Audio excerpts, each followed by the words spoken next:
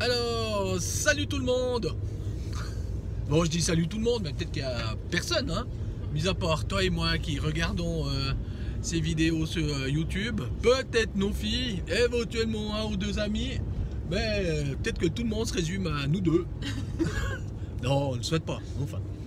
Voilà, comme vous pouvez le voir, le temps a changé, il ne pleut plus.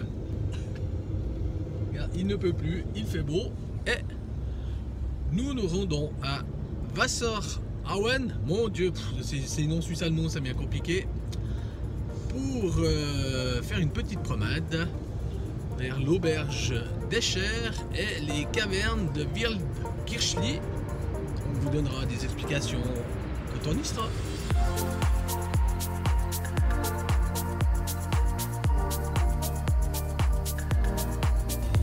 Que même vous montrer, maintenant qu'on le voit, le Sentis, point culminant de la chaîne des Alpstein, sur la frontière entre Appenzell-Rhodes intérieur, Appenzell-Rhodes extérieur et Saint-Gall, qui culmine à 2502 mètres.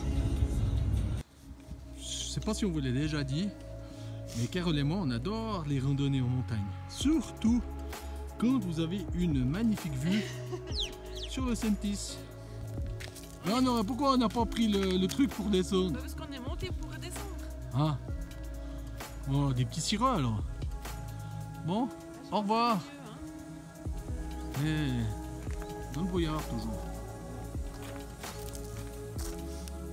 Nous voici dans les grottes de Wildkirchli, qui se situe en dessus de Wasserhauen, chaîne des Alpstein. Vraisemblablement, enfin non, pas vraisemblablement, il était découvert au début du siècle, du XXe siècle, 1904, en fouilles archéologiques, que ces grottes ont été habitées au paléolithique, soit entre moins 45 000 et moins 30 000 avant Jésus-Christ. Voilà, nous allons faire un petit passage à travers ces grottes.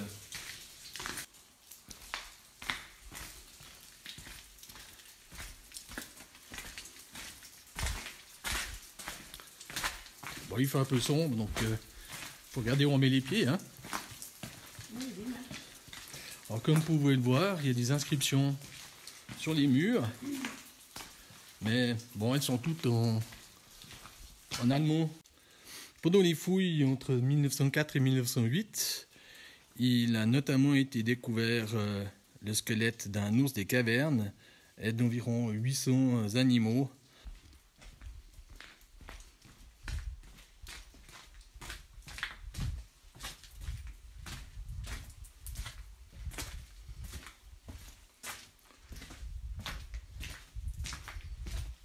Il est aussi possible de visiter l'intérieur des grottes, parce que là nous en voyons qu'une infime partie, avec un guide. La durée est d'environ 1 heure à 1 heure et demie. Aïe, mais ça mouille! Et le coût est de 200 francs suisses. Il y a même une chapelle.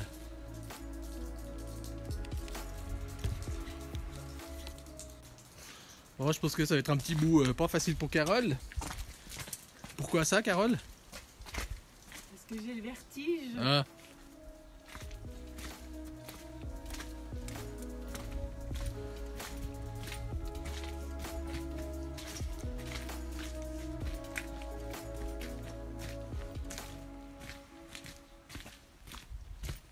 Là, ils ont tout refait, hein. Oui. Des pavillons. Ouais, je sais pas s'ils sont... Ouais, ils ont pas l'air aussi... Ouais, enfin, ils sont pas si vieux que ça, mais...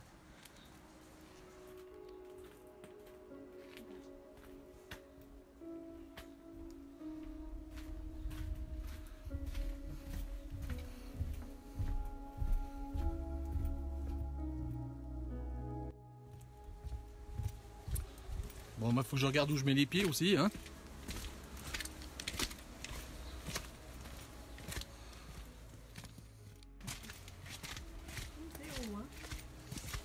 Ah bon? Et nous arrivons à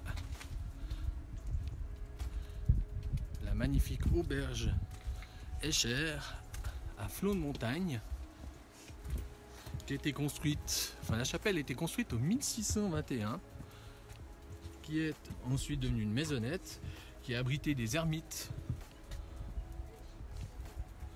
jusqu'en 1853 et a été transformée en auberge.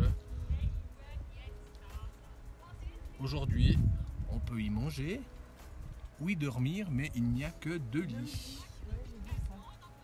C'est peut-être l'un des plus beaux endroits au monde. En tout cas, c'est ce que pense le Huffington Post, journal en ligne le plus lu aux États-Unis, qui a déclaré que l'auberge de montagne Escher était le restaurant le plus intéressant.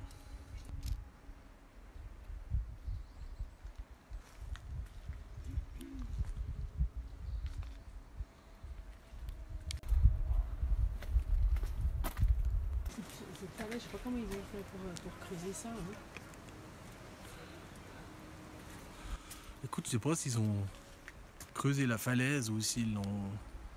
Mais c'était lequel? Si c'est vrai, ils l'ont construit là où il y avait un peu d'espace. Alors nous voilà assis à l'auberge Escher avec des choucas.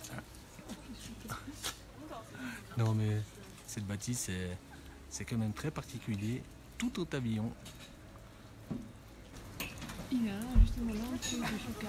Et tu vois, le haut du toit. Et qu'est-ce que nous avons au-dessus de nous? La montagne. Je peux vous dire que de tout près, c'est impressionnant. Il y a aussi des drôles d'animaux ici. T'as vu ça?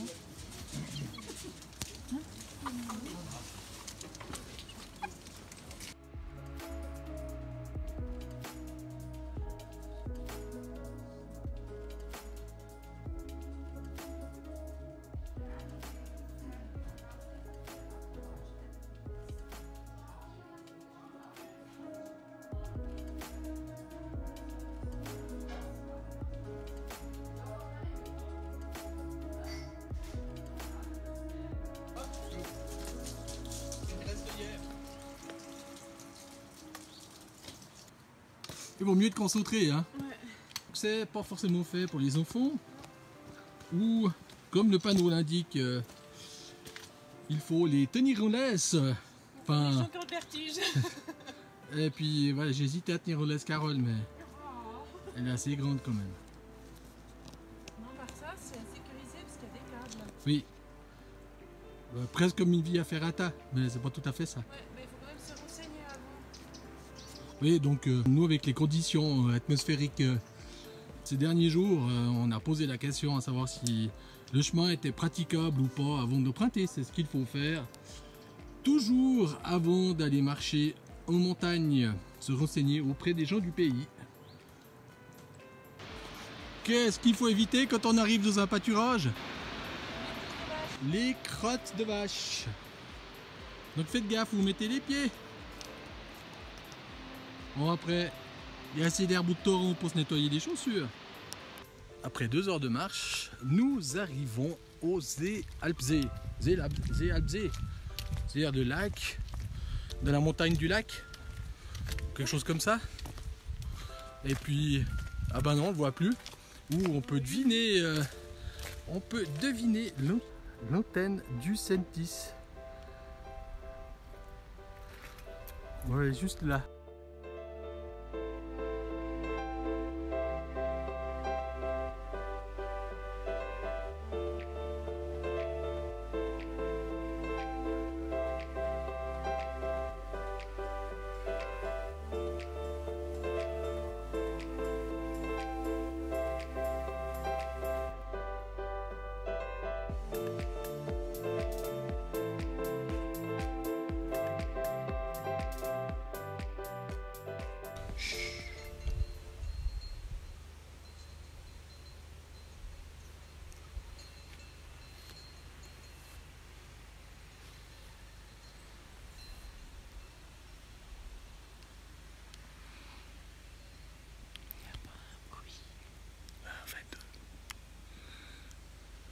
C'est ce que j'aime à la montagne.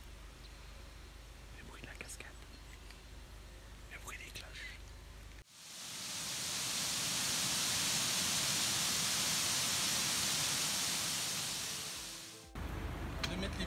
voiture et puis de prendre des bâtons parce que avec les gougounes, comme ça se dit dans certains pays, c'est pas possible. Non, ou on tombe, ou on schlappe, comme vous voulez. Parce que en plus ça glisse quand même. Le plus traite c'est ces barres de fer, ces rails de chemin de fer en fait. Au milieu, faut pas mettre les pieds dessus parce que t'es sûr que tu te casses la figure. Ouais. Voilà, et puis de me dire pourquoi on fait ça à la descente plutôt qu'à la montée. C'était une question de temps. Parce qu'on a remarqué qu'on n'avait pas forcément beaucoup de temps aujourd'hui, donc il valait mieux le faire à la descente qu'à la montée. Mais c'est sympa quand même. C'est cool, hein? On pourrait presque faire du canoïque, mais moi je pense pas là. Je suis juste coincé.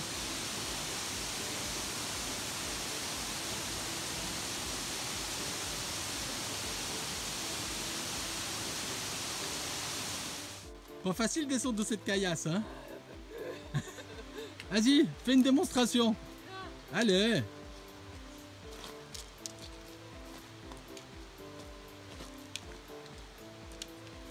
Tu vois, facile. Bon, on continue la route alors. Après notre petite promenade dans les montagnes Hallstein, nous nous retrouvons dans le coton de Saint-Gall après avoir quitté le coton d'Appenzelrode intérieur et le coton d'Appenzelrode extérieur. Nous nous dirigeons vers le château de Werdenberg.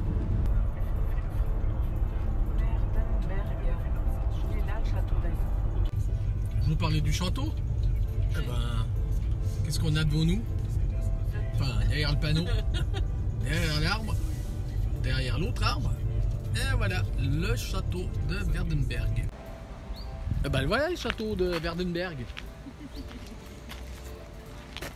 Hein?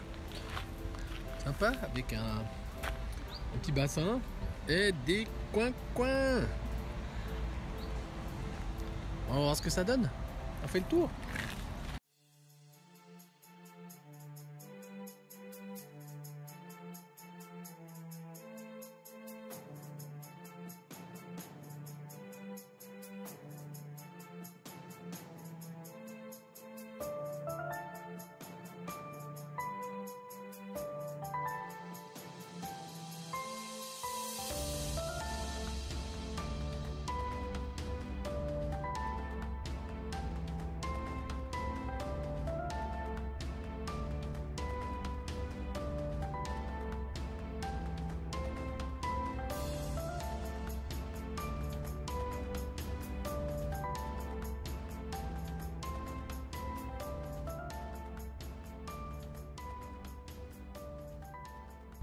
T'es désespéré? Non.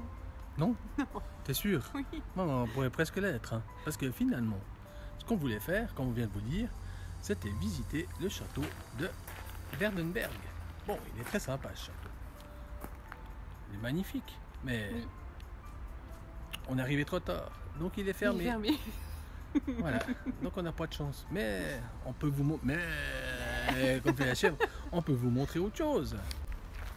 Voilà, ce qu'on peut vous montrer, c'est la bourgade de Werdenberg.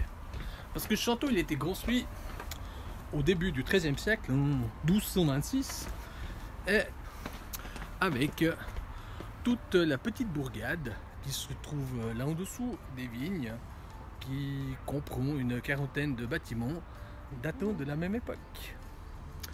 Et puis, un petit peu de géographie. Donc nous sommes toujours dans le canton de Saint-Gall, et en face se trouve la principauté de du Liechtenstein, et non pas de Groenland. Voilà, le Liechtenstein qui n'est pas suisse, mais qui en fait presque partie.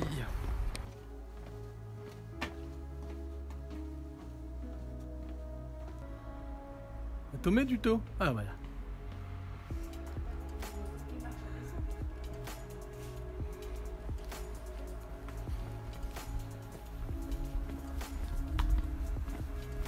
Ben voilà, petite promenade.